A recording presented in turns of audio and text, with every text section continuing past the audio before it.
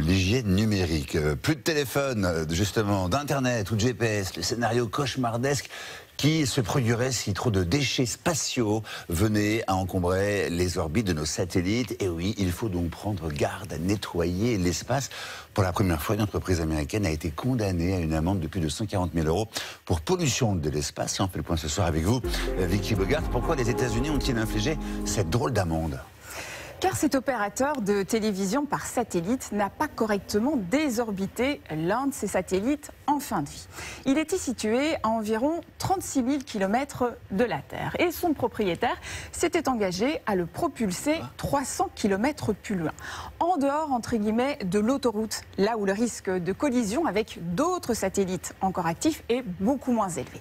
Mais en raison d'un problème de carburant, cette société a laissé son satellite à un peu plus de 120 km seulement au-dessus de sa trajectoire, ce qui est susceptible de poser des problèmes de débris en cas de choc ou d'explosion. C'est fascinant. Y a-t-il un droit international de l'espace ? Oui, tout à fait. Il est encadré par des résolutions de l'ONU et notamment le traité de l'espace de 1967.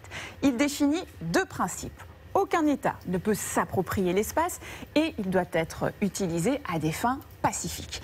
Il y a eu ensuite d'autres accords internationaux et des normes, notamment sur les engins spatiaux et les lanceurs, mais toutes les réglementations internationales doivent faire l'objet d'une transposition en droit national pour être applicables. Résultat, eh bien, elles ne sont pas toujours respectées. Alors, Vicky, quels sont les risques liés à ces débris spatiaux ? L'espace est de plus en plus encombré par des satellites désactivés, des fragments dus à des explosions ou encore des morceaux de fusées ou de lanceurs. Et quelle que soit leur taille, ces déchets peuvent causer des dégâts importants à d'autres satellites ou à la Station spatiale internationale par exemple.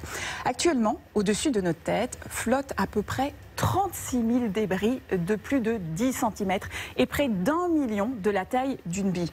Or, il faut savoir qu'un débris d'à peine 1 cm circulant à 28 000 km/h dans l'espace a le même impact qu'une voiture roulant à 130 km/h sur l'autoroute. C'est dingue ça. D'ailleurs, vous l'avez dit, un scénario catastrophique a déjà été imaginé, c'est le syndrome de Kessler. Plus il y a de débris dans l'espace, plus il y a de collisions, ce qui entraîne encore plus de débris. L'espace deviendrait donc à terme inutilisable, ce qui serait très problématique pour notre quotidien, car on utilise en moyenne 47 satellites par jour pour téléphoner, surfer sur Internet ou encore se géolocaliser. Complètement fou. Merci infiniment pour ces explications très intéressantes.